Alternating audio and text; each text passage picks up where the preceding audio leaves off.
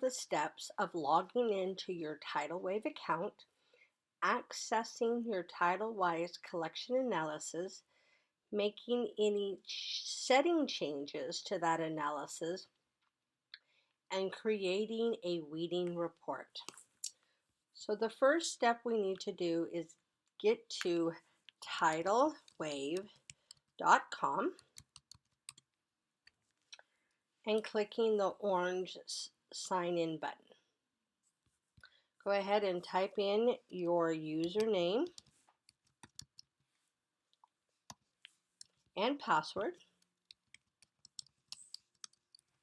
and click sign in.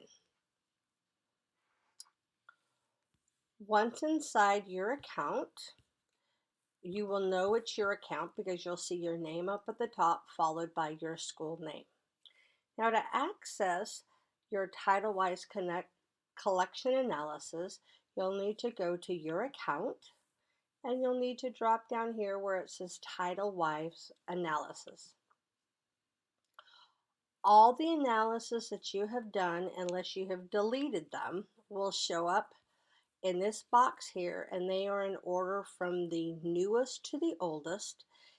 If you're not sure which one you want to look at the dates, and that'll tell you when they were created. You're going to go ahead and go over here and click on View. This will now open up your TitleWise collection analysis. As we're looking through this analysis, you can see your school name, the grades it covers, the students. If any of this information is wrong, we can change these settings. This information, once it's changed, it will immediately change the way the report looks. So for instance, it shows that I have 800 students. And in red over here, it tells me that according to how many items I have in my collection, that is 18.7 books per student. And according to the California state standards, we are to have 28 items. That's why it's in red. It's a flag telling me that we do not have enough books per student. So if I need to change that setting, I'm going to go up here to Settings. In here, you can change how many students, what's your goal, your contact information. You can also change down here how old you want them to look at things. These are defaults. And so Destiny Follett is saying that these Deweys should be around 15 years. These are a lot newer. You can go in and edit and change these classifications. So, but say, I want my fiction to be 20 years, I can click edit and I can change that to 20. Click Save Changes. Now my report will reflect fiction at 20 years instead of 15. But let's say that we got an influx of students and now I'm at 850. I can click 850. I can click Save Changes. And when I hit Return, now you notice that that number changed to 17.6 because I told my report that I now have 850 students. I really only have 800, so I need to go back into settings and change that back so that I have an accurate account. Now, where we got the 28 items per students, that comes from the adopted model library standards. So if yours is not set at 28, you need to change that in your settings. These are just guidelines. You can change these numbers, but these are just guidelines for your report.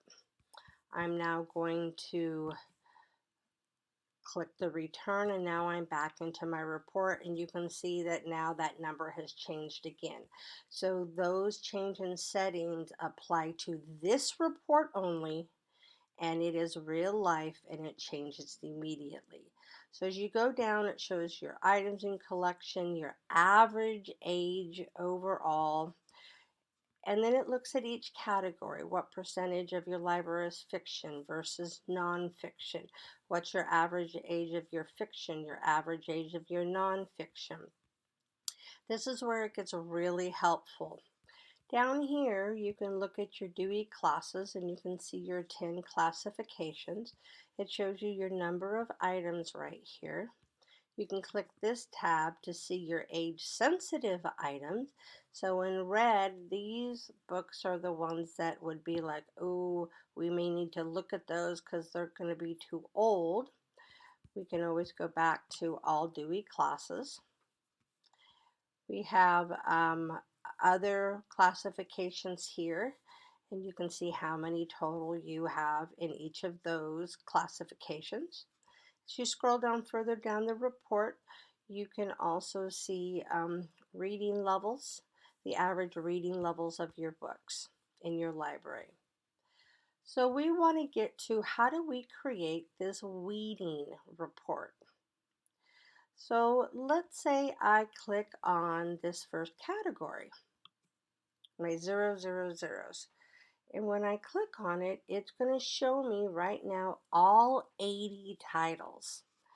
And you can sort by call number so that they're all in order. But you can also sort by title, author, publication, year, barcode, and so on. But I don't want to look at all 80 titles. I want to look at the age titles according to the settings that I put into this report. So I'm going to click on aged titles. Now it's only going to come up with the 41 titles that are considered aged titles. And I have this already set according to call number. So these are all in order of how you would find them on your shelf. And here it's going to show all of your copy or all of the years that they were printed. And here's all the titles of these books. So now if I want to get a report of this, then all I have to do is click on Microsoft Excel, and I'm going to click and I'm going to open that up, and it's going to generate a report for me. Now, what's nice about this report is that I can widen up these cells here a little bit, and it's going to show me call numbers, titles, author, publication years, reading levels, and barcodes. But what's nice is now then I can go ahead and I can print this report, and I can walk over to the shelves and I can look at all of these different call numbers, and I can pull this call number in this book off the shelf. It does not necessarily mean that this book would need to be weeded. This is a guideline. So you need to look at the book. You need to look and see, do I have any other books like it? You need to go through all the parameters that are set up for whether this book needs to be weeded or not.